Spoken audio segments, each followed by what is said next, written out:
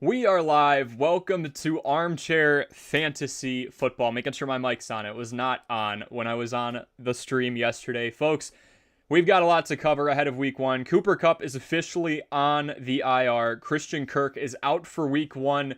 Ramondre Stevenson should play, but is dealing with an illness, and we just have so much to go over ahead of week one. And I didn't even mention the questions that you have with your fantasy team. This is your time to ask them before the chaos tomorrow. Fire those questions. Sit. Any trade possibilities? Want me to rate the team that you drafted? You're drafting right now and really waiting until the last minute and just kind of neglecting the Thursday game. I've seen that done as well. Any fantasy football related questions you have, please pop them in the chat below. I'm just going to go over a couple things that I just mentioned. Cooper Kupp, Christian Watson, and Ramondre Stevenson and the surrounding fantasy football impact. I'll start off with Cooper Kupp. Personally, when it comes to monitoring the value of somebody to buy in on in the Cooper Kupp situation, Cooper Kupp is obviously as cheap as he could possibly be. So if you want to go out and get him, you can definitely present some depth at the wide receiver position. Ideally, there's an IR spot in this person's league or in the league you're in, and for your opponent or your league mate, they drop him in there. They have an extra spot, and obviously they are hurting because Cooper Kupp was likely a first, or if they drafted him recently, a second round pick. And all of a sudden, they're sitting back going, my goodness, there goes my juggernaut. I need some help. So if you have like a Christian Kirk or a Brandon Ayuk or somebody that you think presents some upside for them, and you're hurting at another position, like you want an elite level tight end, a running back, now is your time. Now is your time, especially if you need a wide receiver in Cooper Kupp. Now is your time to do that. In a couple of weeks, if Cooper Kupp comes back and all of a sudden, you know what'll happen if he's healthy. He looks like he's in his prime again. We're going to be in trouble. We're going to be in trouble, and we're not going to be able to go out and get him. So if you can identify a need for the Cooper Kupp team in your league, go crazy. Give them some depth because this guy is at a discount right now. And however you can get him, as long as you're not throwing the whole team away, I don't think you will regret the move, as long as you keep it a fair deal. Van Jefferson, Ben Skowronek, and Tyler Higbee's values are obviously up. Van Jefferson, I dealt him in a trade a little bit ago in my worst to first team. We'll go over that. I'll kind of just be scrolling through the status of that, maybe spinning a little Saturday night trade ahead of tomorrow's action. We will see. Ben Skowronek, not a ton of involvement, but again, he is now elevated by a spot. He'd be a great waiver wire pickup in a deep dynasty league, super flex, 14 plus teams in your fantasy league. I'm a big fan of that. Tyler Higbee, if for some reason you have Tyler Higbee and another elite tight end, and I am classifying him as an elite level tight end because of the fact that he led the team with 108 targets last season. He was top 5 in tight end targets with 108 because Cooper Kupp was out. I mean, this is just a gold mine for Tyler Higbee. His value's up, so do with that what you will. If you want to hold on to him, fine. If he's your second best tight end, you have too much value at one position, and you could probably trade him for a decent piece now, so keep that in mind. Now the Christian Watson situation. Aaron Jones and A.J. Dillon should see an uptick in usage. They are the security blanket. Let's paint the picture. Jordan Love's a new quarterback, practically a rookie. He spent the last 3 years watching Aaron Rodgers and learning everything there is to know about this Packers offense. Who's he going to rely on? Maybe Christian Watson. Guess what? Christian Watson's out. Maybe Romeo Doubs, even though he's going into his second year and really wasn't as involved as we thought he was going to be last season. Allen Lazard's gone. Robert Tunyon's gone. So right now, here are the options out at receiver. It's Jaden Reed. It's Romeo Doubs. It's a couple of other guys who don't have a whole lot of experience. It's Luke Musgrave. Guess where the veterans are? Aaron Jones and A.J. Dillon. Aaron Jones, who was second on the team in targets last year with 72 of them. And A.J. Dillon, who also had over 30 targets as well. I believe it was in the ballpark of 35. They're going to see an uptick in usage, and I feel like they are going to be the security blanket, if you will, the emergency, the confidence builder for this offense with Jordan Love in game one of the season. If he can't establish some chemistry with a Luke Musgrave, with a Jaden Reed, with a Romeo Doubs, I think you're going to lean on two guys who know the offense more than anybody else at the skill position because this team is so dang young. Now that the offense lost Allen Lazard, lost Aaron Rodgers, really do think that we have an opportunity there. Now, Jaden Reed, I did want to mention him. He has been impressing far and away more than anybody else in training camp in terms of how he was performing compared to his expectations. I'm stashing Jayden Reed right now. I think he's in a similar spot to Romeo Doubs last year. A lot of people grabbed Romeo Doubs and started him the first couple of weeks last season, and obviously they're pretty disappointed with the results. But honestly, I would kind of project Jayden Reed to do roughly the same thing. If he ends up surprising us because it is so dang wide open in Green Bay and we really don't know what to expect, that's fine, but it's just that we don't know what to expect. So I'm stashing him. I'm okay with having him on my roster. Again, it's wide open here. It's Christian Watson, Romeo Doubs, and Jayden Reed in that order. Watson's out. Reed is technically the wide receiver too, but then there's Luke Musgrave, who was showing a ton of upside. He was drafted in the first couple of rounds. That is kind of what I'm thinking there. So Aaron Jones and A.J. Dillon, in most league formats, unless you have a specific scenario, they are the security blankets for Green Bay. I am starting them. I'm also going to that Bears-Packers game tomorrow, so I'll be seeing it firsthand. Super excited to go to Soldier Field. Went to the Bears-Vikings game last year. It was the last game of the season, and I got the Nathan Peterman special, so hoping for a bit of a better experience between Jordan Love and Justin Fields and most of the starters out there. And last thing I want to talk about before I address your questions, and please do ask your questions. We are less than 14 hours away from the beginning of the first Sunday of the year in terms of when football is being played for that noon slate. Last thing I want to address, Ramondre Stevenson. Reported to have an illness. What do we do about Zeke? I'm taking Zeke and I'm starting him in the deeper league forms, your super flex, double flex, your 14-plus team leagues. I'm okay with starting Zeke because of the touchdown upside, because of the fact he's a bit of a bigger guy, and because of the fact that he was the touchdown merchant in Dallas last season. I'm not starting him in a 10 or 12 team standard PPR league. I'm just not. We can sit back and wait. If he has a good week, all of a sudden we can use that value for trade leverage. I always say this. Some people complain about having too much talent at one position. If Zeke is your 4th or 5th running back and you feel like that's just too much, if he has a good week, you can deal him. So that's my take on that. I would not go ahead and go out of my way to start him. In terms of the usage for everybody else, yes, Ramondre Stevenson is a pretty elite pass catcher out of the backfield, but I don't think this changes too much for somebody like Juju Smith-Schuster, Hunter Henry, Mike Gesicki, okay? LBR and Tino are in here. Good to see you guys. We're going to pop my worst to first league up real quick. There it is. In all of its glory. Oh, dear. But, let's see what we got for questions. LBR, hey, so sorry. I couldn't make the league. Forgot to message you and left for the whole week on Tuesday. LBR, you're good. You can follow the journey. I don't mind at all. Should I trade Mostert, Devonta Smith, and DK Metcalf for Jalen Waddle and Chris Godwin? So a 3 for 2. Obviously opting for that elite level wide receiver and then somebody else who's in a pretty good situation in Chris Godwin. I think you're giving up a bit much, in my opinion. So Raheem Mostert, I'm very okay with selling. LBR, I think that Raheem Mostert, in terms of where he is right now and his value, he's about the highest value we're going to see him at. He's a 31-year-old running back coming off of by far his best season. And if we look at him here,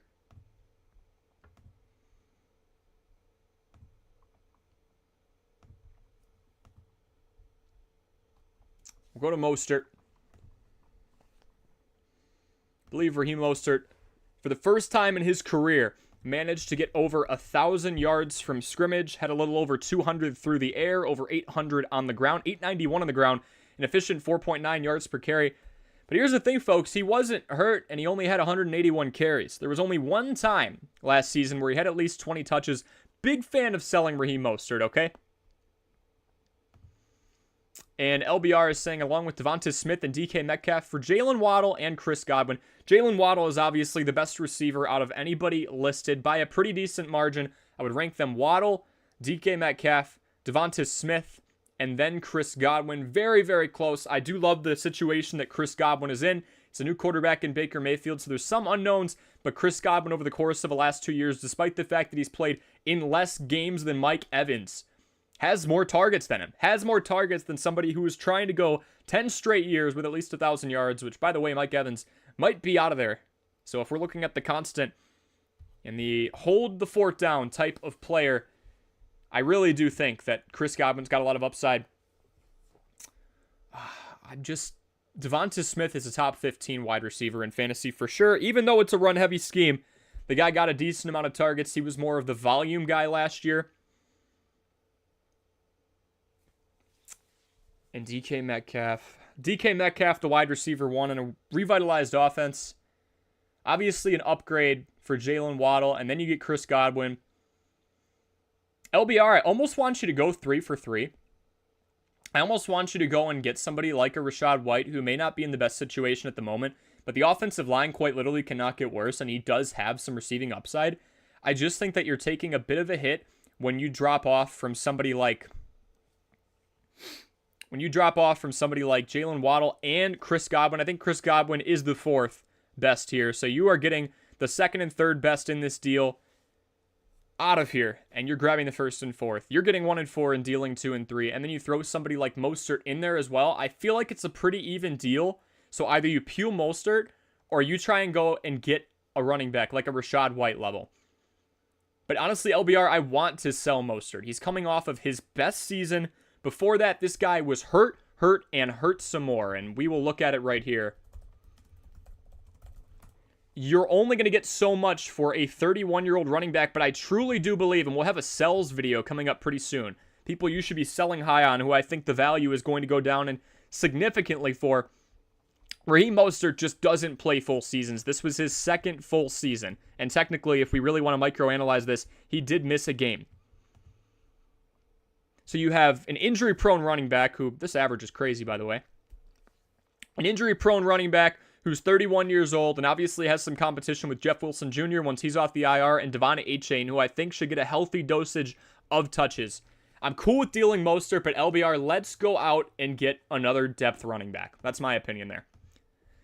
Tino, Mostert or Jamal Williams in the flex tomorrow. Tino, you should start Josh Gordon first overall pick. Yeah, absolutely not. Tino's asking, Raheem Mostert or Jamal Williams in the flex tomorrow. Tino, is this standard PPR? Unless stated otherwise, I'm going to assume so. And honestly, I think that Raheem Mostert has the better matchup. I know I just talked all about his value being at an all-time high. I think it actually gets a tiny bit higher after this matchup that we see against the Chargers, who allowed 5 yards per carry to running backs last year. Whereas Jamal Williams is facing a pretty stiff front 7 in Tennessee. Tennessee's in shambles on offense, but Jamal Williams, more of a volume guy. We just saw Raheem Mostert historically is averaging 5.4 yards per carry. He's got more speed. Jamal Williams is your ground and pound guy with touchdown upside. Tino, if this is PPR, I'm taking Mostert over Jamal Williams in the flex tomorrow. Nav, good to see you in here. Lockett or DJ Moore at flex. That's an interesting one, right? Tyler Lockett and DJ Moore. DJ Moore is in a run-heavy team, to say the very least. DJ Moore is likely going to be lining up toe-to-toe with Jair Alexander more times than not. Not the most ideal situation. And it's just a passing offense that's really, really hard to be high on right now. DJ Moore's over-under on Underdog is around 800 receiving yards. Tyler Lockett, I think, is more reliable. Jackson Smith-Njigba is back in. That is a tough one. Against the Rams, I think the Rams offense, especially without Cooper Kupp, if we're really thinking deep here, is not going to be on the field as much as we thought they were going to. So I'm going to go... I think we've got more of a guarantee with Tyler Lockett, Nav. That team's a little more balanced. Seattle throws the ball way more than Chicago does, if we look here. Let me switch over.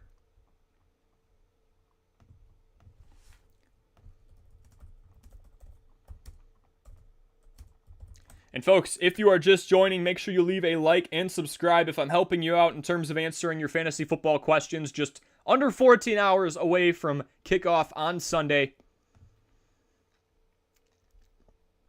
If we look here at the 2022 run-pass ratio splits, obviously Chicago way down here, they pass the ball under 44% of the time. It's one of the worst passing offenses we've seen since past the last decade. I believe we have to go way back to the 2009 Browns, which, right? Meanwhile, the LA Rams, even without Cooper Kupp last year, nearly throw the ball 59% of the time. Or I'm sorry, not the LA Rams, Seattle. Even more so. They threw the ball more than 59% of the time. Geno Smith is giving you a constant. Geno Smith played every single snap last year. Tyler Lockett is somebody who's just honestly a model of consistency. And even though he might be demoted to the wide receiver 3 spot with JSN, so it would be DK, Jackson Smith and Jigba, and Tyler Lockett maybe by the end of the season because Tyler Lockett is 30 years old. This is a guy who completely preserves his body and has been aging like fine wine. Tyler Lockett has so much touchdown upside for someone who honestly has a slot receiver build. Just because he doesn't take a lot of contact. He's going to go down and hit the turf or the grass or wherever he is, right? Before he takes contact. I think I'm going to go Tyler Lockett here. It's against the Rams. He's on a team that throws the ball 15% more than the Chicago Bears. There's Seattle, there's Chicago. And DJ Moore does have to line up toe-to-toe with Jair Alexander. So now I am going to go Tyler Lockett. More touchdown upside. Better situation in terms of a team that plays a little more bit of a balanced brand of football, if that makes sense. Let's go Tyler Lockett over DJ Moore at the flex if we're talking standard PPR. Tino says, got Corey on one TV, Madden on the other. Full PPR. Tino, yep. I'm definitely thinking Raheem Mostert. Jamal Williams just doesn't have a lot of pass catching upside either. And he's going up against the Tennessee Titans team that's a little more stiff in terms of yards per carry allowed. Personnel obviously has changed a little bit.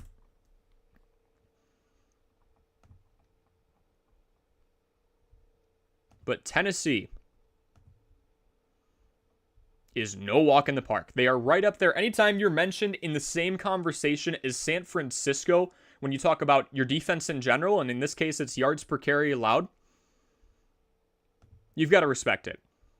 And we quite literally, yeah, there's your answer. There's your answer between Raheem Mostert and Jamal Williams. Raheem Mostert's going up against a team that allowed the most yards per carry of anybody in the league last year. Didn't do much to improve the front seven. Obviously dealt with a little bit of injuries. They do have Khalil Mack up there. Joey Bosa as well. 5.4 yards per carry allowed against a guy who has averaged 5.4 yards per carry in his career. And Tennessee, tough against a guy who's not as efficient. Jamal Williams more in that 4.1, 4.2 yards per carry. He's got the touchdown upside, obviously, but he doesn't have the all-purpose back in Alvin Kamara to balance him the next couple of weeks. I did really like Jamal Williams in the 10th or 11th round, and then he started to go earlier and earlier and earlier as people realized this is going to be a running back one for the next couple of weeks. But ultimately, because of the strength of the matchups and the fact that I think we have a lot of pass-catching upside with somebody like Raheem Mostert, I'm definitely going Mostert here. All right, hope that helps. Yeah, folks, keep dropping those questions in the comment section below. Looking to get to 10 likes on the live stream tonight. We are answering all of your questions, and every once in a while, I will just go over my little spiel on Cooper Kupp, Christian Watson, and Ramondre Stevenson. Again, I'll do it for the first time here. Cooper Kupp situation, how I feel about it personally. When it comes to monitoring the value of someone to buy in on, Kupp is obviously as cheap as he can possibly be right now. He's on the IR. We know he's going to be out for about the ballpark of 3, 4, maybe 5 weeks. We have to monitor. Jadis, good to see you in here. What's up, man? Any fantasy football questions you have, feel free to pop them in the live chat below. But with Cooper Kupp, if you can identify a need for the Cooper Kupp team in your league, it's likely going to be at wide receiver, considering over the course of the last couple of weeks, Cooper Kupp was going as high as mid 1 and as low 2 in terms of the rounds that he was going in. If you can identify a need for them, likely some depth at wide receiver, go crazy. Give them some depth at wide receiver. Go get Cooper Kupp. He's an immediate upgrade. Yes, he's going to have to sit a little bit, but keep in mind he'll be on your IR spot. So, that's kind of my take on the Cooper Kupp situation. Chris says, what's up, Corey? You see that Wisconsin L? Yeah, I see Washington State for the second year in a row, Chris, as an unranked team took out Wisconsin. New coach, new quarterback, same Badgers. Jadis, you excited for the games tomorrow? Yeah, definitely. Jadis, I'm actually going to the Bears-Packers game tomorrow. Fully ready to see Justin Fields run all over the Packers, but also fully ready to have my heart broken. Once again, I'm very used to it. But yeah, Cooper Kupp situation, we're going to buy low on him. Van Jefferson, Ben Skowronek, and Tyler Higbee's values are up. Van Jefferson's a borderline starter in deeper leagues. Tino says Chris is a savage. Got to agree with you, man. And Ben Skowronek, owned in about 2 to 3% of leagues, depending on the app. On the Sleeper app, he was around that 2% mark. ESPN, he was 3 and rising last time I checked. Ben Skowronek is a depth add and probably a stash for sure. You still have Tutu Atwell to worry about as well. Another person you could definitely add and slot in. But ultimately, the only person I would really consider starting in that receiving core is Van Jefferson. Tyler Higbee Tyler Higbee's an elite level tight end now, and I'll tell you why. New Year's, same disappointment. Yeah, Chris, you go to Madison too, so now you've really got a personal connection to those Badgers, right? Here's the situation with Tyler Higbee and why I am calling him so freaking elite, all right?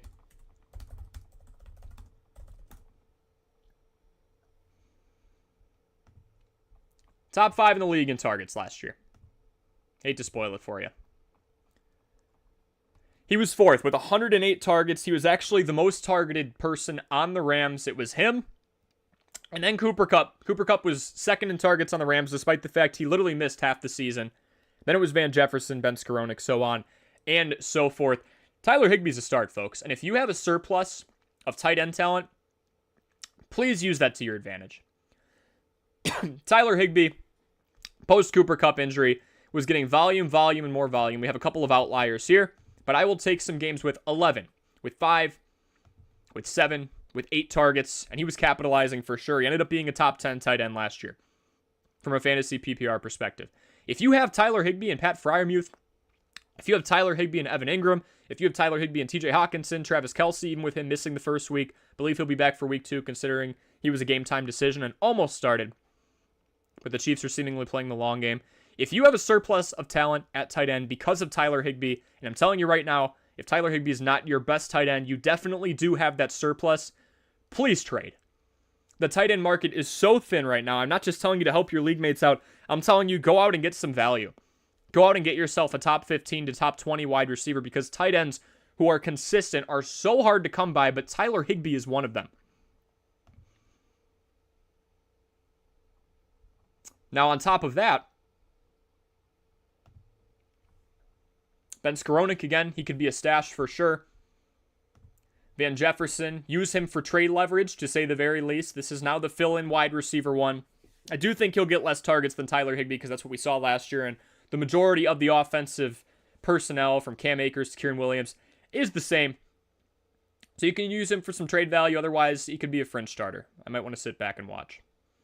Christian Watson, I mean, the situation with him. Aaron Jones and A.J. Dillon should see an uptick in usage. They are the security blanket. Let me paint the picture for you. Jordan Love's the rookie QB. And he's got Jaden Reed, Christian Watson, who's out, Romeo Doubs, 2nd year, Luke Musgrave, rookie, all around him. Where are the veterans? Where are the guys who know this offense inside and out, because they've been on it for the last 4+ years? A.J. Dillon's going into his 4th year. Aaron Jones has been on the team longer than that.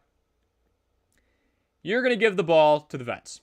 The vets are behind you. The vets are Aaron Jones and A.J. Dillon, and a pass-catching back in Aaron Jones, who was 2nd on the team in targets last year with 72 of them. The stock for them is up. I am all over starting Aaron Jones and A.J. Dillon in week 1, unless you have a certain unique format. And if you have them, and you're wondering, do I start them over these players? They have favorable matchups, high usage situations. You tell me. Drop those questions in the comment section below. That's what this live stream is for. But that's my opinion on Aaron Jones and A.J. Dillon. I feel like they will be the premier talent on this offense, because they are the veterans. They are the ones who know this offense. And ultimately, as basically a rookie quarterback in Jordan Love being slotted in there, what's the most comfortable situation he could be in?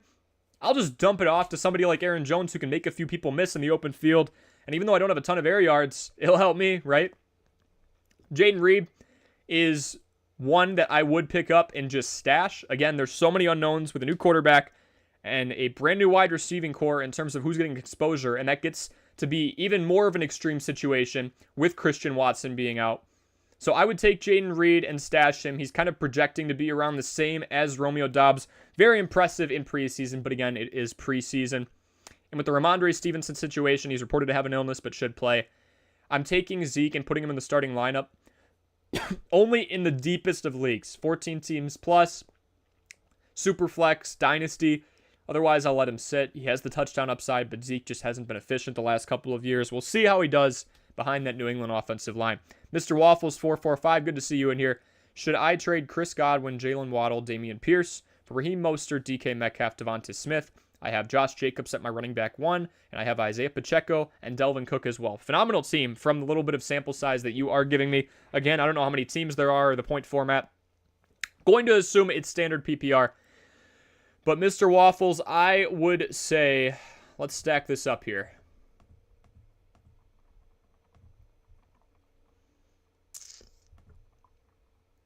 have you guys look at my glorious team that is now projected to score 92 when they were originally projected to score 21. Folks, by the way, this is kind of an ongoing series I have. I drafted a ton of backups a few days ago, and it's my goal to show all of you in a standard PPR 12-team league that you can make the playoffs purely based off the waiver wire, off of just paying attention to different injuries like Cooper Kupp and Jonathan Taylor and understanding the value of the players around them and swinging some trades. But Mr. Waffles, so Godwin, Waddle, and Pierce for Mostert, DK, and Devontae. Jacobs at the RB1, Pacheco, and Cook.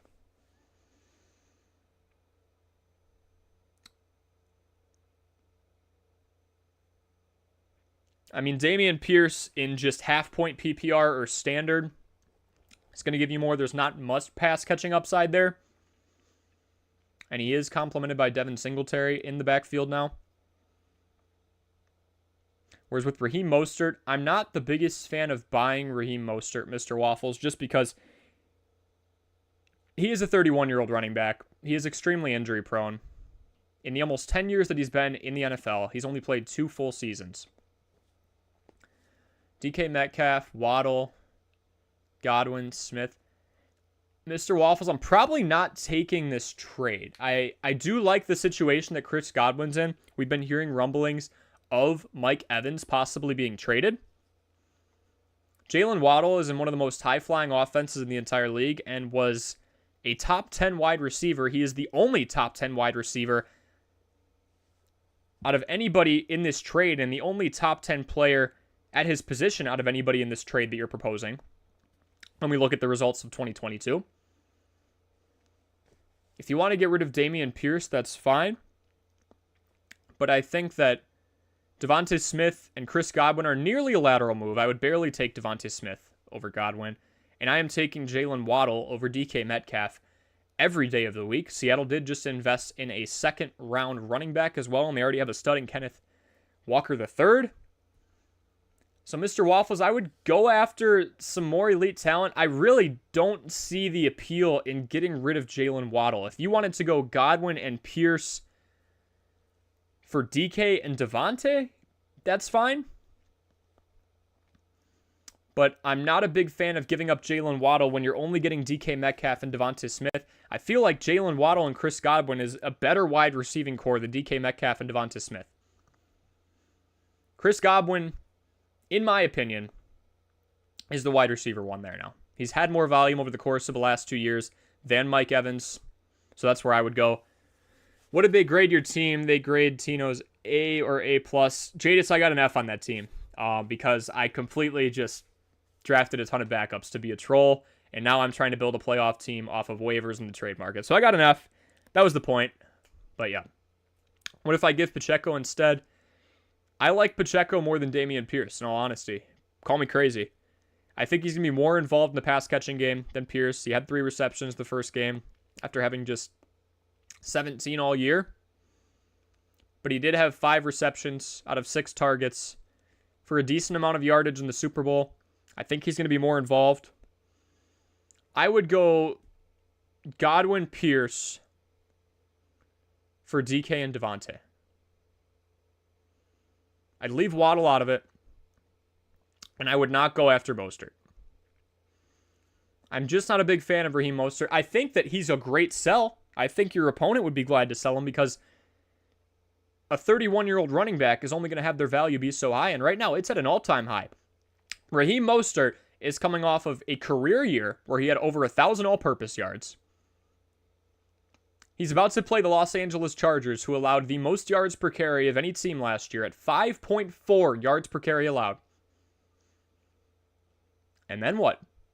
Jeff Wilson Jr. comes back. Devon Achane maybe ends up impressing.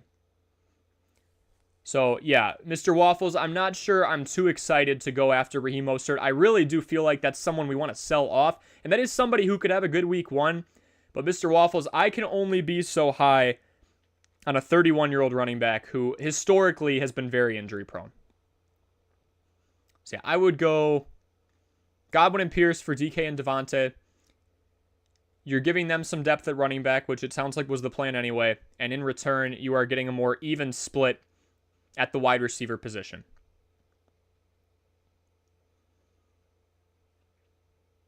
Thanks so much. Just subscribe. Of course. Any other questions you have in relations to trading, please let me know. I stare at data related to fantasy football way more than is probably good for my mental health, but I enjoy it. So I am here for all of you, especially ahead of what should be a chaotic week 1. Angelo's in the chat. Good to see you, Angelo. I unfortunately drafted Cooper Kupp, but thankfully I have Antonio Brown as well. I'm just not sure who my wide receiver 2 and flex should be. Start 2 in a PPR format. Deontay Johnson, Drake London, Jahan Dotson. So Deontay Johnson is somebody I'm very high on.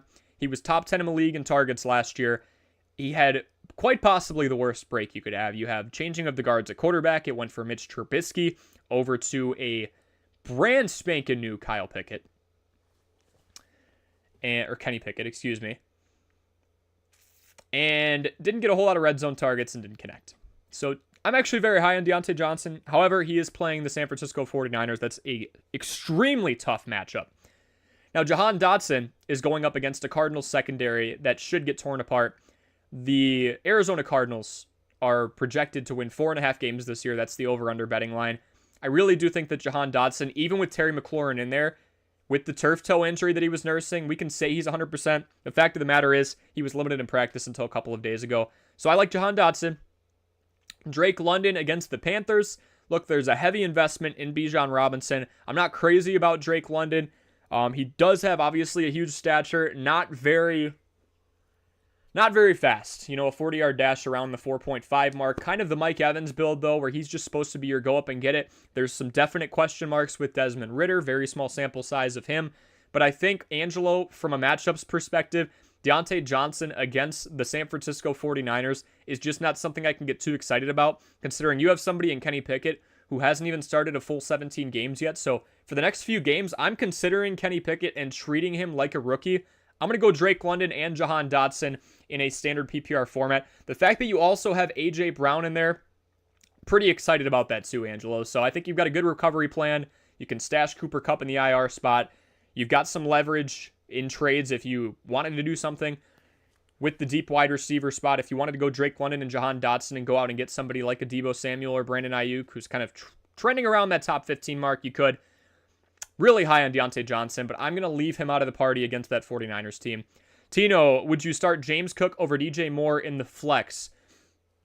That is tough, right? Because James Cook is working with Damian Harris, who is by far the bigger back. He outweighs him by 24 pounds, so I think we could have touchdown upside stolen there by Damian Harris. But Tino, in very, very, very rare situations, am I going to take a running back over a wide receiver in the flex? We've seen what DJ Moore's been able to do in the open field. He is going toe-to-toe with Jair Alexander, but Chicago is committing to the pass a little bit more, right? They go out and get Darnell Wright in the first round. Obviously, they're down Tevin Jenkins for the first couple of weeks. They kind of invested in the backfield in that they went out and drafted Roshan Johnson late and then are spending $3 million on a one-year contract on Deonta Foreman. But I think there's more of a hefty investment in the pass-catching game. The fact that DJ Moore was involved in a deal involving the first overall pick really tells me I think he's going to get some targets. I'm slightly leaning DJ Moore here. It's also because James Cook is going up against a New England team that has a very tough front seven, led by Matthew Judon, and I do think this is a certain situation, like a Jamal Williams and DeAndre Swift from last year, where his counterpart in Damian Harris could steal the touchdown upside. Jadis, who wins, 49ers or Steelers tomorrow? I'm going to go 49ers. You know, we have a pair of sophomore quarterbacks going against each other. I think they're going to cancel out between Brock Purdy and Kenny Pickett, but honestly, it is so much stronger of a defense when you look at the 49ers, and they also have a decent amount of experienced offensive weapons. Brandon Ayuk coming into his fourth year. Obviously, Deebo Samuel's been there forever. They've got one of the best two-way backs in the entire league in Christian McCaffrey. I think too many weapons for the 49ers to me to go against them, against a pretty young Steelers team. Look, the fact they went 8-9 last year, or 8-1, whatever it was, pretty impressive to me, considering I feel like this is their rebuilding period. But I'm going to go with the 49ers, Jadis. Angelo says, thank you, no problem, man. Shotpot says, Mims or Reed? Oh, it's tough, right? If those are the two options,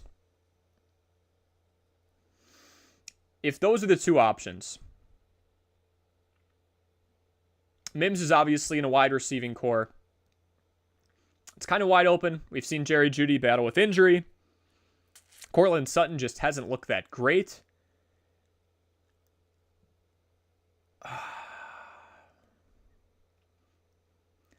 I was saying before that Jayden Reed is not somebody I'd really start, but if those are the options, you have Christian Watson out. You have Romeo Doubs, who's coming into his second year, but he really wasn't that involved in the offense the first year. Luke Musgrave. I do think the Packers rely on Aaron Jones and A.J. Dillon because they've been in that offense for so long, but I think I'm leaning Jayden Reed. I feel like he had a bit of a better preseason, and I feel like it's tough. I'm not a big fan of either offense, but I do think that Green Bay has a better offense. They pose more of a threat with the run game that can get involved in the play action a little bit. Chicago's secondary is pretty weak. You got to consider that as well. I'm going to go Jayden Reed by a tiny margin. He's facing a weaker opposition in the Chicago Bears. That's a defense that actually allowed the most points of anybody in the league last year, and I'll back that up for you. So, I'm not just spewing crap.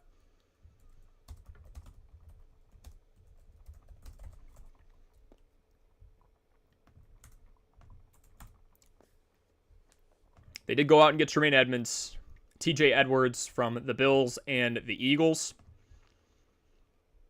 But Chicago allowed the most points of anybody in the league last year. I think new quarterback with Jordan Love, obviously not the most ideal situation, but you can't really sit here and convince me.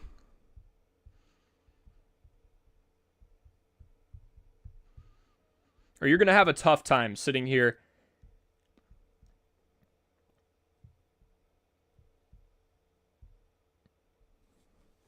and convincing me that it's going to be a better matchup on the other end. I think Chicago allows a decent amount.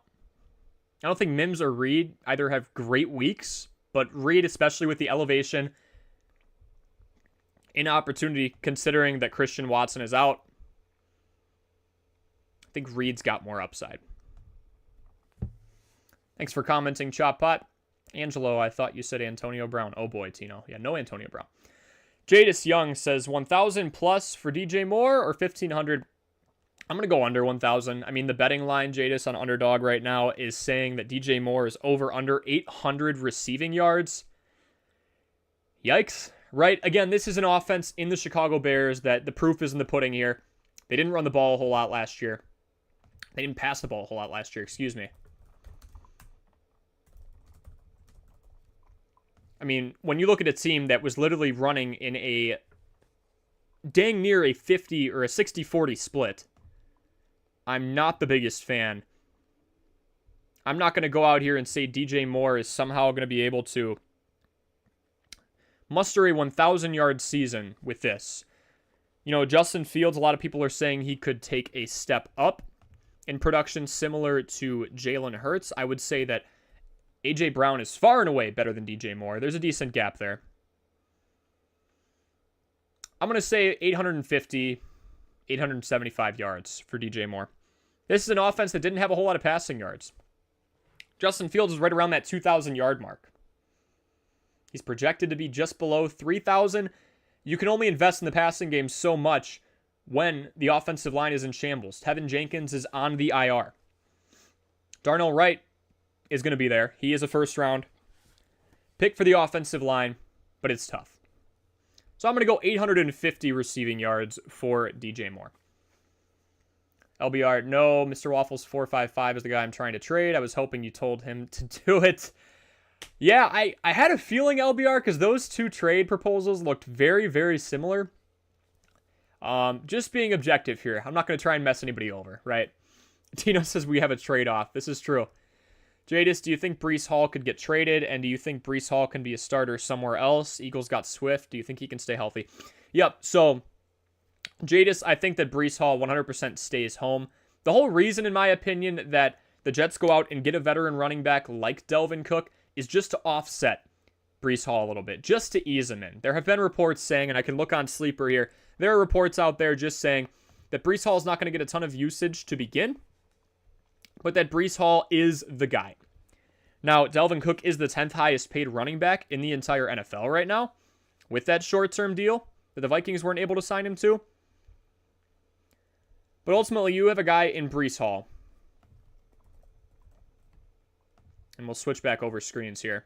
Folks, if you're just jumping in, we are answering all of your fantasy football related questions ahead of week 1. Please leave a like. Please subscribe if you haven't already. But most importantly, ask those questions. I don't think Breece Hall gets traded. I really don't. This is his backfield. If you look at the production from the 2022 season, in the small sample size that we have, he was slowly eased into the offense, and then boom. I mean, he explodes right here.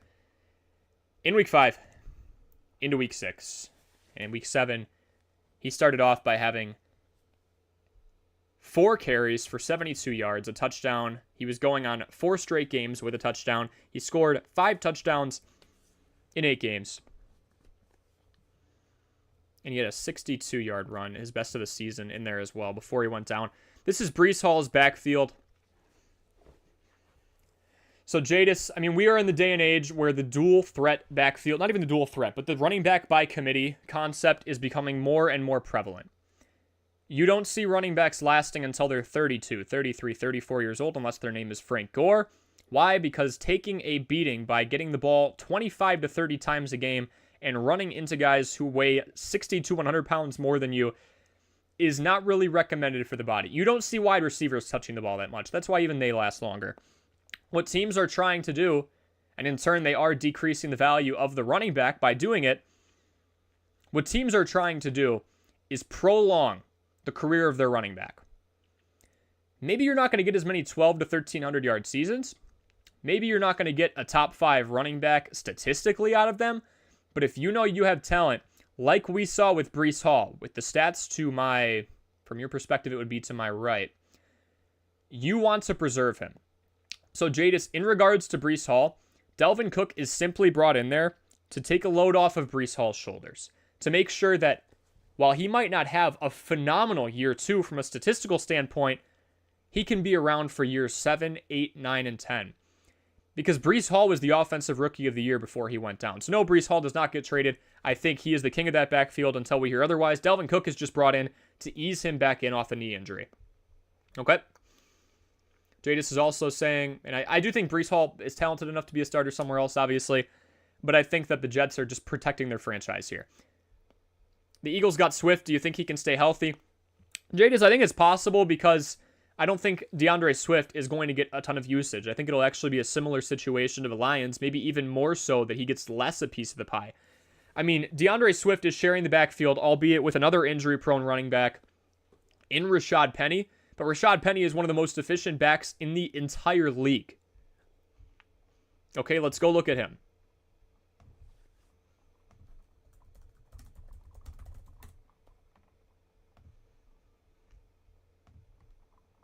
I feel like a kid on Christmas Eve. I can't believe there's so much football tomorrow. So excited. Leave a like for that. We finally have football back.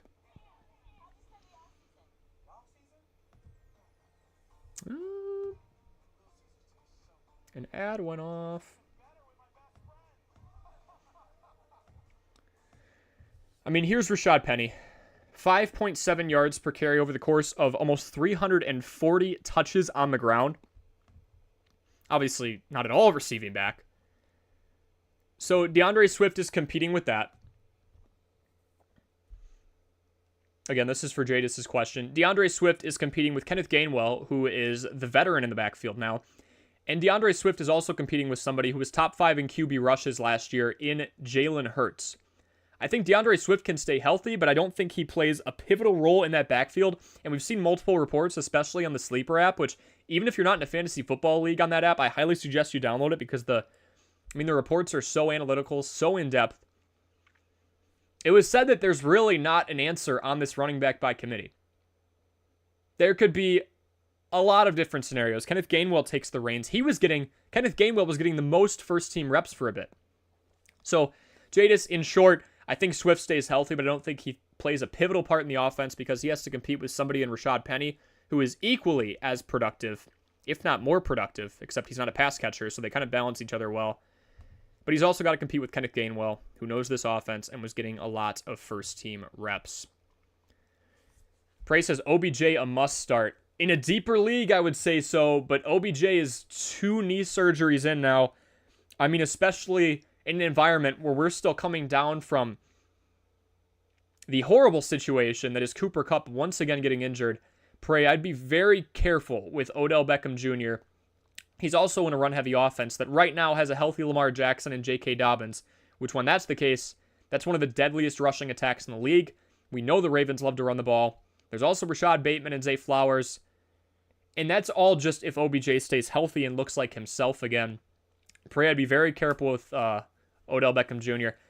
Chop Pot says, I am a Kupp and Watson owner. Oh my goodness. I'm sorry. So I'm deep in the weeds looking for fill-ins. Chop Pot, this is not just to plug myself, but we did release a video today on must-adds. So I based the percentage, or the roster percentage, off of ESPN, but it's pretty universal across all apps from what I've looked at. Chop Pot, I would take a look at that video. It's just 8 minutes and like 50-something seconds long. There's 2 quarterbacks in there. Otherwise, I have a decent amount of flex options. I will tell you right now, it's slim pickings, but you could go out and get somebody like a Jaden Reed to fill in if you're really thin at wide receiver. You could also go out and get somebody like a Rondale Moore to stash. Maybe even look at it because right now Marquise Brown is questionable going into that matchup against Washington. You could go out and try and get a Jahan Dotson, but he's owned in a lot of leagues. Jaylen Warren is decent because he does have a lot of pass catching upside, and he was way more efficient than Najee Harris in the preseason. I just don't think he's going to get a ton of touches right away. I think he'll get eased into that role, and I'm not sure he even takes the job from Najee Harris. But I don't love the week 1 matchup against the 49ers. So Chop Pot, I would highly recommend taking a look at that must-adds video I dropped today. It's all about people that you can steal off the waiver wire. They're probably available, all except for one of those picks, which was Rondale Moore, are owned in less than 50% of leagues, so these are very possible pickups. Tino says, biggest bold prediction in week 1. Against the Panthers, Bijan Robinson goes for 130 yards and 2 touchdowns. I feel like that's pretty bold. It is one of the best prospects we've seen since Derrick Henry and Saquon Barkley. But in the same token, this is somebody making his NFL debut. I think Bijan Robinson breaks the 100-yard mark, and it's because he's got the breakaway speed. He's extremely tough. We saw him stiff-arming people left and right who were about or bigger than his size. Let's do that. Jada says he can't stay healthy and has an ankle injury. Yeah, I mean, DeAndre Swift is just kind of in and out in general, right? You think Tyreek Hill breaks the Dolphins season record, 2,000 yards, yes or no? I'm going to go no, because he does have to share the ball with Jalen Waddle, and you also have the fact that Tua Tagovailoa is pretty dang injury prone. We saw a couple of the scariest injuries I have personally ever seen last year with Tua's hands twitching following a concussion. I'm going to say Tyreek lives around that 1,600 to 1,700 yard mark. He is nearing the age of 30. He's got to share with Jalen Waddle. We need Tua to stay healthy. Jadis, all those factors tell me it's going to be really tough for Tyreek Hill to get to 2,000 yards. It's tough for anybody to get there. Angelo says, are you worried about Ramondre Stevenson at all? I'm really not. He is a pass-catching back, and I do feel like Ezekiel Elliott could take away from his touchdown upside. I understand he's come down with an illness. I would watch the Ramondre news as we get closer and closer to kickoff, but usually when you see somebody shaking off an illness, it doesn't end up being anything crazy. The second you see limited snaps, which teams are pretty transparent about when that happens, I'd be worried. Not the most worried at all about it, though, Angela. Tino, we would know as Bears fans. I really hope this year is better. Yeah, the Bears just put us through the ringer, don't they? If you guys didn't know, I'm a pessimistic Bears fan. It does not make any bias for me at all. I will tell you time and time again that DJ Moore will probably not have a 1,000-yard season, that the run game is phenomenal, and that the Bears, if they're lucky, will win 7 games. Watch DJ have 150 yards and 2 touchdowns tomorrow. I mean, anything can happen, but this is a run-heavy offense, and it is against a pretty strong secondary in Green Bay. When you talk about Jair Alexander, Eric Stokes, the front 7 in general isn't too bad either. Jadis says, I think Kyle Pitts will stay healthy and do more this year. If that's a question, I think if he stays healthy, he's one of the best tight ends in the league. We have somebody who broke the 1,000-yard barrier in his rookie year in 2021. One of the best prospects we've ever seen, a literal monster out of Florida. I think there's an option, or an opportunity for him to break out. Only 4 touchdowns through the first couple of years of his career, so not the best. And it is a run-heavy scheme in Atlanta. We got to keep that in mind as well, Jadis. It's a run-heavy scheme, meaning, Atlanta ran the ball more than anybody else, more often than anybody else last year, not named the Chicago Bears. Tyler Algier had a 1,000-yard season and was really efficient, and I kind of feel bad for him. I made a video almost a year ago saying Tyler Algier is the future. This rookie's extremely efficient. He's in a rush-heavy offense. Possibly some read option plays between him and Desmond Ridder in the future. And that's still good, kind of just reflecting on the fact that it's kind of a wasted opportunity now.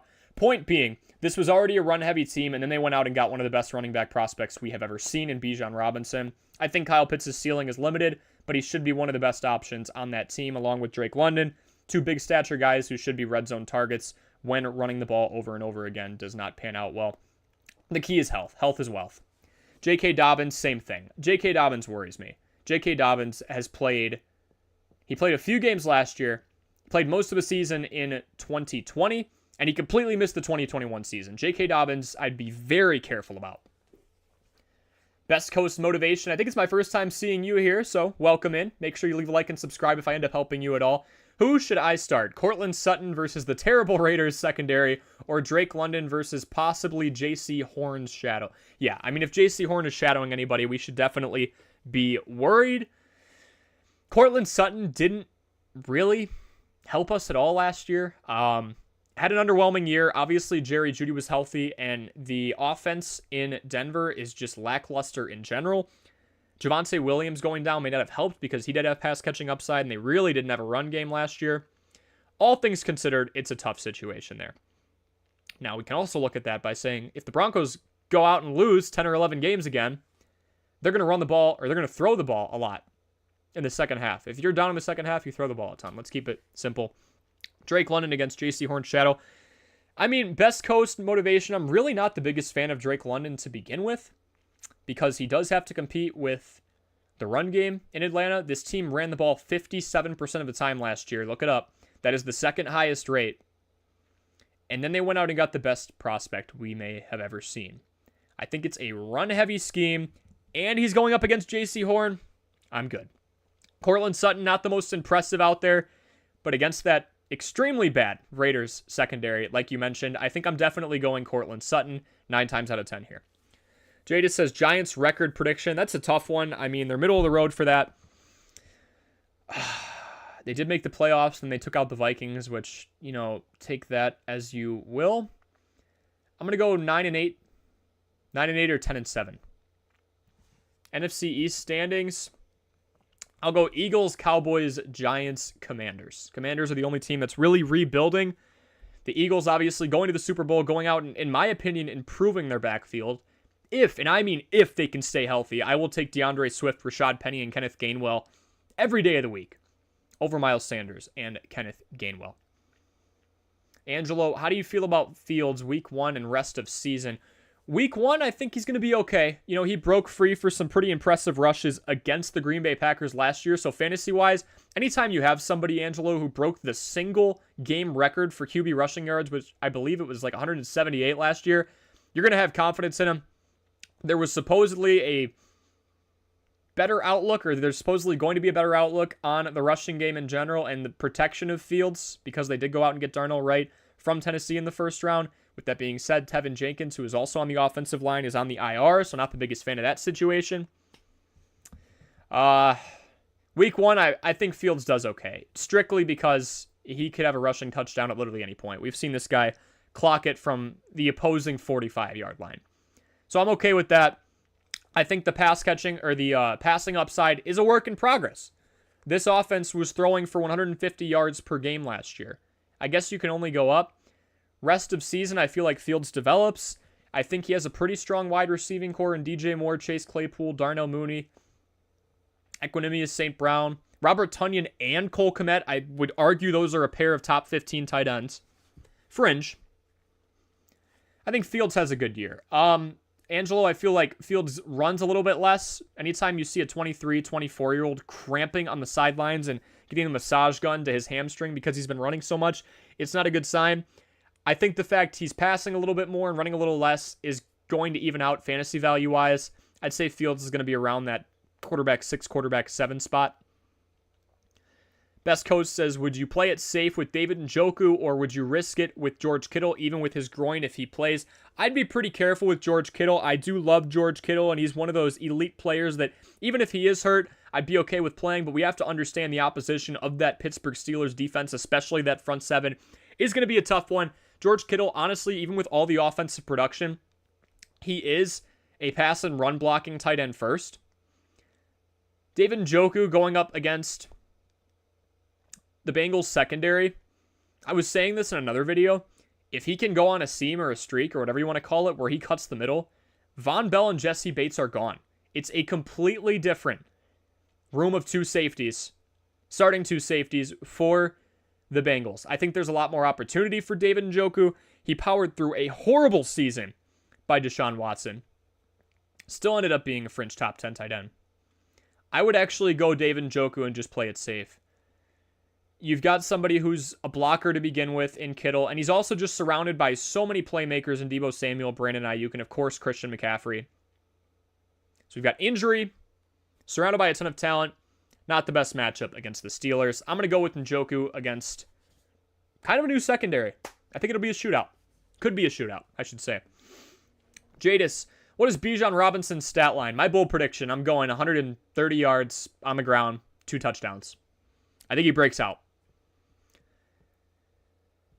LBR, hi, the guy I'm trading with. Wait a minute. Hi, the guy I'm trading is with me in person. Should I trade him Devonta Smith, DK Metcalf, and Mostert for Waddle and Godwin? It is fine for my team, and it makes his team better. You guys are next to each other, both in my chat, trying to ask for trade advice. I love it. I love it. I love it. I love it. Devonta Smith, DK, and Mostert for Waddle and Godwin. I think it's pretty even. I've kind of given both of you guys the benefit of the doubt. Big on selling Mostert. The person with you on the other end of the trade should also understand that Raheem Mostert is 31 years old. He's very injury prone.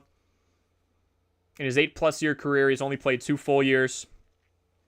And he has Devon Achane, and when he's back, Jeff Wilson Jr. breathing down his neck in an otherwise pretty pass-heavy offense that runs through Tyreek Hill and Jalen Waddle. I think Waddle and Godwin for Smith, DK, and Mostert. Waddle's the elite one. Godwin is basically the wide receiver one with talks of Mike Evans leaving. Devonta Smith, one of the best wide receiver 2s in the entire league, even though it's a pass-heavy offense. He got plenty of volume and was 1,000-yard wide receiver along with A.J. Brown. I think it's fine. Jonathan Foster, good to see you in here. A.J. Dillon or Mike Evans? Standard. Standard. Mike Evans, I mean, it's tough, right? Because the one strength of the Bears, I would say, is their front 7. They went out and got Tremaine Edmonds. They got TJ Edwards from the Eagles. Buccaneers against the Vikings, though. Jonathan, even though it is standard, I think I'm going to go Mike Evans against that Vikings secondary that got them in a lot of trouble last year. Jadis Young, my stat line is tomorrow's game for the Bears, either 15 for 25 with 2 touchdowns and 1 interception, or 20 for 33 with 2 touchdowns and 1 interception. Who knows? You know, I think if the Bears can get 20 completions out of Justin Fields and also get the rushing upside that he usually presents, they'd be pretty happy. It's going to be tough against that Packers secondary, all things considered. DJ Moore is supposed to make them better on the other end for the Bears. But also they've got Khalil Herbert, who is extremely efficient. They've got the option to run some read option with Justin Fields and Khalil Herbert. Roshan Johnson's got pass catching upside. And Deontay Foreman's just a grinder. He's going to get you 4 to 5 yards a carry. Who's your defensive rookie of the year? Probably thinking Jalen Carter. Which, judging by your profile picture, I think you will like the answer. Juwan Johnson or Pat Freiermuth tomorrow. I'm going to go Juwan Johnson. I think he has the slightly better matchup. I do love Pat Freiermuth. He did have 6.5 targets per game. That was top 5. I believe it was 5th in tight ends last year. But anytime somebody's going up against that 49ers defense, especially Angelo, when it's somebody who I would still consider to be a rookie in Kenny Pickett, because he hasn't played 17 games yet, I'm pretty hesitant. I'm going to go Juwan Johnson by a hair. Tino, did you hear Mark Andrews is out? I did. That is, yeah. So that does help a little bit out, or that does help somebody like Rashad Bateman, who was in, I will spoil it, he was one of the players in our must-adds video that we dropped earlier today. So, folks, first thing I want you to do when you hop off this live stream is set your lineups ahead of tomorrow in case you sleep in. But also, go and watch our 9-minute video on the must-adds. It's 8 players, 7 of which are owned in less than 50% of leagues, who you should add and who should get your last roster spot. especially if you've got Jeff Wilson Jr. or Cooper Kupp on the IR spot and you open up an extra spot on your roster, just go out and get these guys. Mark Andrews being out, that is crazy. Yeah, Rashad Bateman was one of those players I was mentioning, and I think his stock only goes up. Rashad Bateman sneakily had over 200 receiving yards over the course of the first 3 weeks last season. Pretty big fan of him, actually. Jonathan says, any love for Van Jefferson rest of season? There's love for Van Jefferson, but there's more love for somebody in Tyler Higbee. And I'll tell you why. It is plain and simple. Tyler Higbee was the wide receiver 1 last year.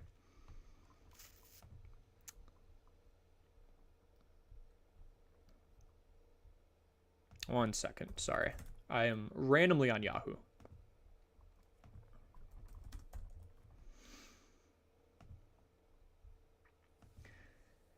Tyler Higbee was far and away the wide receiver 1, might I add. 108 targets. He was durable. He was getting a target once for every 8 snaps. Target to snap ratio. Very underrated stat in my opinion. Cooper Kupp was only 10 behind him, even though he played half the season. Ben Skowronek behind him, Allen Robinson, then Van Jefferson. I think Van Jefferson's a fine pickup. Catch rate for a wide receiver is a little low. I think anywhere below 60% is a little concerning to me. Tyler Higbee is the one, Jonathan, that I really believe has a ton of upside just because he was the favorite for Matthew Stafford and for Baker Mayfield. And for whoever really filled in for the Rams last year, Tyler Higbee knows this offense. He was there for the Super Bowl year. He's one of the most well-tenured guys now with Cooper Kupp out. I think Ben Skowronek's going to be up there too, but Tyler Higbee by far and away was their wide receiver 1. Obviously quotes because he's a tight end. Van Jefferson, you can use him for trade leverage and make the argument that in the depth chart, he is the wide receiver 1 now for the next couple of weeks. And as this Cooper Kupp situation, if it gets worse, I think the value goes up. I personally just traded Zach Moss, so taking advantage of the upside there with Jonathan Taylor out and the fact that Zach Moss could be a starting running back for a couple of weeks. And Van Jefferson, so Zach Moss and Van Jefferson, I went out and got myself Raheem Mostert strictly so I can get some value off of this Week 1 matchup against the Chargers team that allowed 5.4 yards per carry. Jada says, why Tino? Can Justin Fields really throw 33 times? It doesn't happen often. I would say if you had to project the stat line for me, I'm going to go Justin Fields goes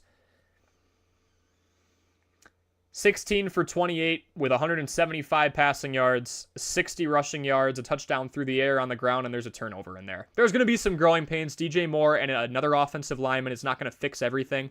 Yeah. Do you think the Eagles took a step down in their defense, or we're going to have to see? I think the Eagles are pretty sound, top to bottom. Why is Mark Andrews out? Pickens, London, or Brandon Cooks? George Pickens, obviously competing for targets with Deontay Johnson and Pat Freiermuth. Pickens was third on that rung from a targets perspective in 2022. Chris London is going to be shadowed by J.C. Horn.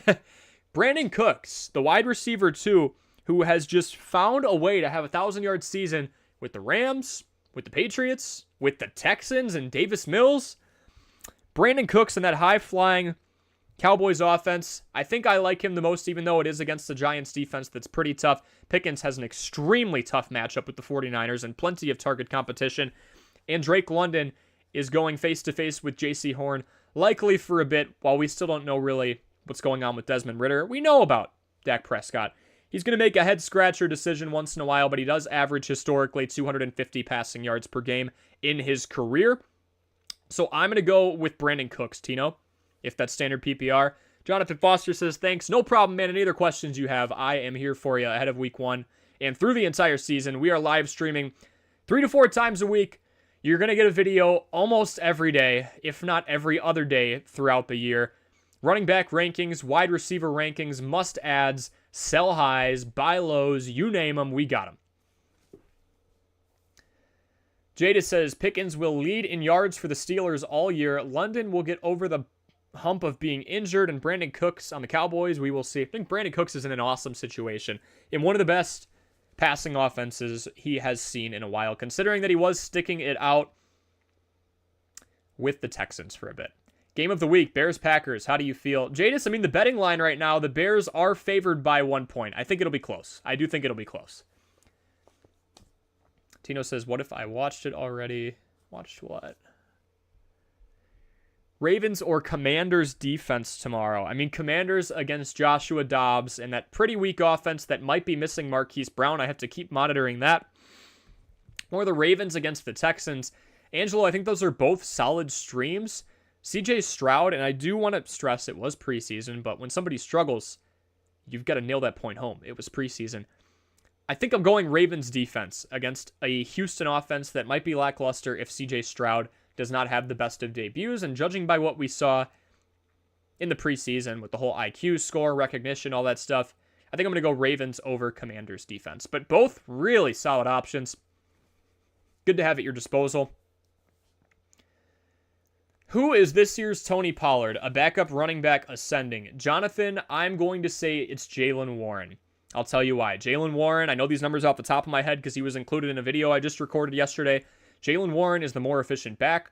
4.9 yards per carry. Najee Harris last year, 3.8. Jaylen Warren, more yards after contact per attempt than Najee Harris, who's supposed to be this durable guy who, I will say, hasn't missed a game in the NFL or college. More fantasy points per attempt to Jaylen Warren than Najee Harris. Jaylen Warren has pass catching upside, which was also the appeal with Najee Harris. I honestly think that Jaylen Warren, Jonathan, he might not take over the role, but when we look at the efficiency of somebody like Warren, it is tempting. It is tempting, and I would pick him up if you're in a deeper league. If you're in 12 or deeper, especially Dynasty, if this man, for some reason, was not drafted, which he probably is. I like Jaylen Warren a lot. He broke free for a 62-yard touchdown in preseason. There are just a lot of green flags with this sophomore. Only 77 carries, obviously, but he was healthy. 5 yards per carry. He caught 80% of his passes. And he was just poached by Najee Harris for touchdowns, obviously. But yeah, this year's Tony Pollard, Jonathan, I really do think it could be Jaylen Warren because of the raw efficiency that he has in comparison to Najee Harris. Jada says, I'm going to say 29-23 Bears win. I mean, that game is just a toss-up. I asked Tino this, who will have the better performance tomorrow, CJ Stroud, Bryce Young, or Anthony Richardson? Great question. Jadis, from a fantasy football perspective, I feel like Anthony Richardson with the rushing upside, specifically with Jonathan Taylor out, has the most opportunity. Just from a raw performance, you're sitting back and watching and saying which quarterback looks the most polished.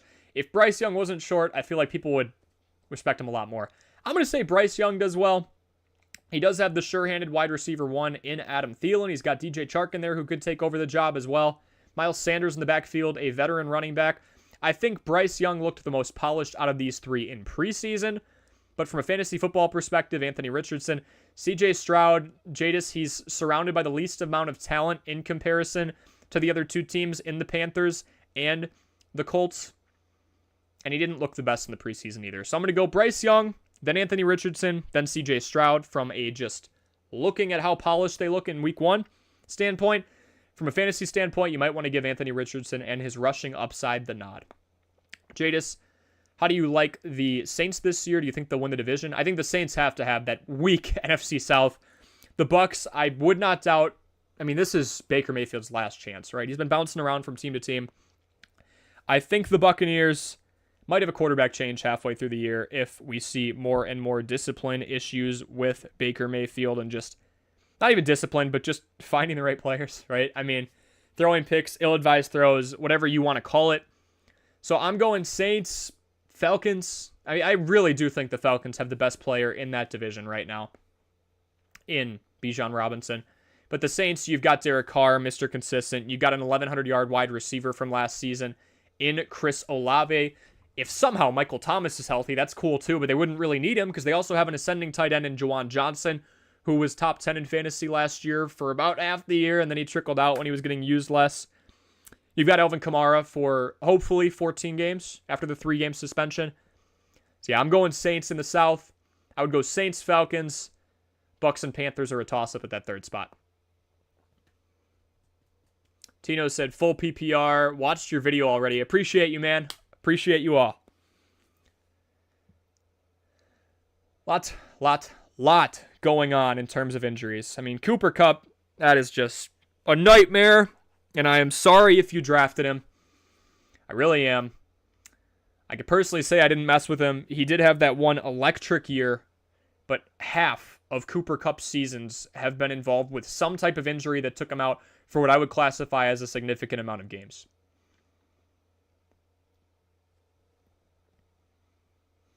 Oh, man. Yeah, I mean, it's not the best situation. Any other questions you folks have, pop them in here. That's what I'm for. That's what I'm here for.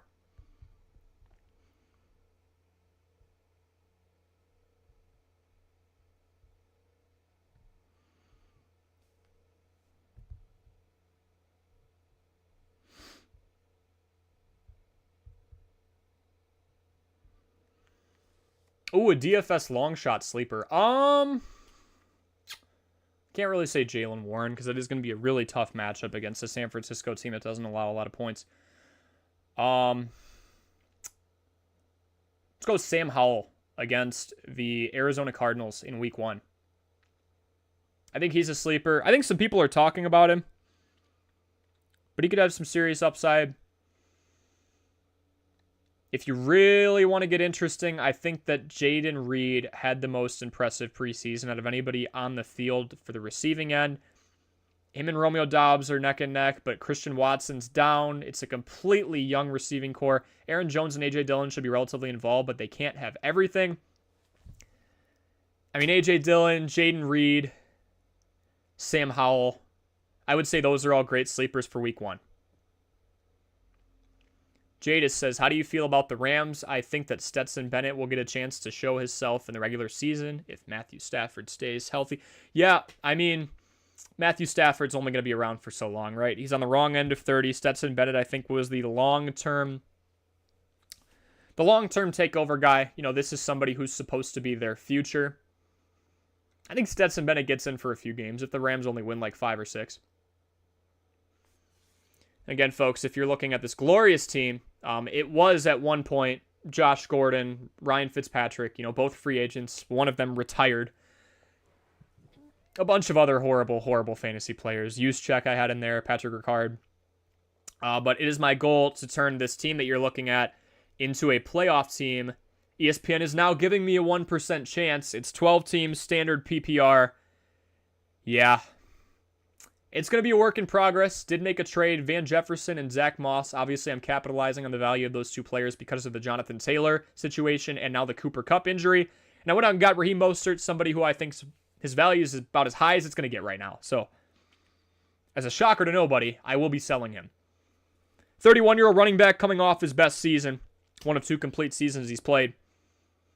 5.4 yards per carry in his career. Great stuff, but he's 31, has competition with Devon Achane and with Jeff Wilson Jr. when he comes back, but he does have a great matchup against the Chargers. So that's what we've done so far. Obviously, lots of free agency pickups. Jada says, is everyone reaching when they say the Cardinals are the worst team this year? They gave the Giants Isaiah Simmons for a 7th rounder. Yeah, no, I don't think they're reaching, man. I would say the Cardinals are the worst team. The Texans are down there with them. The Colts, depending on what happens with this Jonathan Taylor situation, could be right down there around 5 to 6 wins again. That's my personal opinion. But I think we really got a lack of talent there. If Kyler's back, maybe not. If Kyler and Marquise Brown are healthy for some of the year, they're not. I would say it's the Texans. But again, that's just my take. Folks, I think we're going to close the live stream out there. If you have any questions, Joe Burrow is good tomorrow. Jadis, yep, I've seen that Joe Burrow is good tomorrow. I would go with him pretty much every week of the year unless it's a really tough matchup. The Steelers one will be a head scratcher if you can find a good streaming option, but yeah. How many wins for the Cards this year, says Jonathan? I'm going to go 5. The line is 4.5. I think they've got some talent on the offensive end in James Conner, Hollywood Brown if he can stick around, Zach Ertz if he can be healthy. He's on the wrong side of 30 as well. But yeah, Jonathan, I'm going to go 5. I think they do scrap together some, but they definitely have a case along with the Texans to be the worst. The worst team in the NFL. But folks, thank you so much for joining the stream. Thank you for the likes. We hit 10. Phenomenal. If I answered your questions effectively, or if you learned anything about fantasy football today, make sure you subscribe. Make sure you also check out the video we posted earlier today. 8 must-adds before week 1. Streaming options, whatever you want to call them. Some of them are stashes. Some of them are guys that you could pop into your starting lineup right now. So if you're impacted by Cooper Kupp, if you're impacted by Jeff Wilson Jr., if you're impacted by Jonathan Taylor, you know what I mean? I mean, that's kind of what we're trying to solve here. And it is a video that I felt like I needed to drop before week 1 with all of these injury breaking news bits coming free and really impacting a lot of your teams. So, folks, again, thank you so much for joining this this armchair fantasy football live stream. I hope you all enjoy week 1. If you have any questions at all following this video, please drop them in the comment section below. I'm checking that thing around the clock, and we will see you in the next live stream or the next video.